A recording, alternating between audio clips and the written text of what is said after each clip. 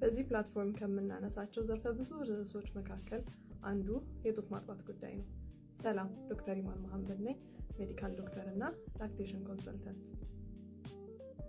በሀገራችን የጡት ማጥባት ጉዳይ አብዛኛው ለእድል የተተወ ሆኖ ይስተዋላል።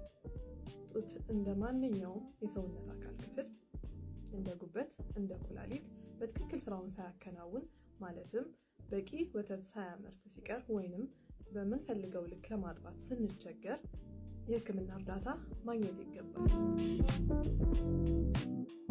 በማጥባት ላይ ያሉ እናቶች ውሃማ የሆነውን የወተት ክፍል ሲመለከቱ ወተቴ እጅግ ቀጭን ነው፣ ልጄን አያጠግበውም በማለት አላስፈላጊ የሆነ ተጨማሪ ወተት የመስጠት ውሳኔ ሲወስኑ ይታያል። ይህ ውሃማ የሆነ የወተት ክፍል እጅግ ተፈጥሯዊ ሲሆን ፎር ሚልክ በመባል ይታወቃል። ይህ ወተት በውስጡ ከፍተኛ መጠን ያለው ውሃና ላክቶስ የተባለ ንጥረ ነገርን ይይዛል። ይህም የልጁን ጥም በቶሎ ለመቁረጥና ኃይል ለመስጠት ታቅዶ የተዘጋጀ ነው። በመቀጠል የሚወጣው ወተት ሃይንድ ሚልክ በመባል የሚታወቅ ሲሆን ወፈር ያለ የወተት መልክ አለው። ይህም በውስጡ ጤናማ የሆነ ስብ የያዘ ሲሆን የልጁ የጥጋብ ስሜት እንዲሰማውና ክብደት እንዲጨምር ይረዳል።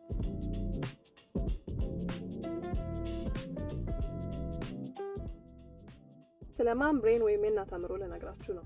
አንዲት ሴት ነፍሰ ጡር በምትሆንበት ጊዜ በኤምአርአይ ስካን መታየት በሚችል ደረጃ አምሮዋ ግሬ ማተር የምንለው ክፍል በመጠን የማነስ ወይም ሽሪንክ የማድረግ ነገር ያሳያል። በተቃራኒው ደግሞ የተወሰነው ክፍል ወፈር ወይም ለጠጥ የማለት ነገር ያሳያል።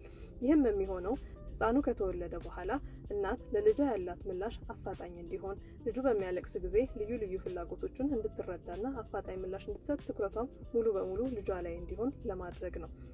ስለዚህ ቁልፍሽን በእጅሽ ይዘሽ ቁልፌስ እያልሽ እየፈለግሽ ያለሽ እናት ካለሽ አንድ ነገር ለማስታወስ ስትሞክሪ ብዥ የሚልብሽ ለማስታወስ የሚቸግርሽ ምን ነካኝ እያልሽ ያለሽ እናት ካለሽ አይዞሽ፣ ተፈጥሯዊ ነው፣ ያልፋል ለማለት።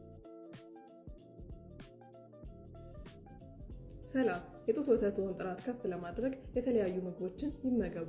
በውስጣቸው ጤናማ ቅባት ይዘት ያላቸው እንደ አቮካዶ፣ ለውዝ፣ አሳ፣ በውስጣቸው የብረት ወይም አይረን ይዘታቸው ከፍተኛ የሆኑ እንደ ቀይ ስጋና ምስር፣ በውስጣቸው ፕሮቲን የበዛባቸውና የተለያዩ አትክልትና ፍራፍሬዎችን አዘውትረው ይመገቡ። በቀን ከ8 እስከ 10 ብርጭቆ ውሃም ቢጠጡ ይመከራል።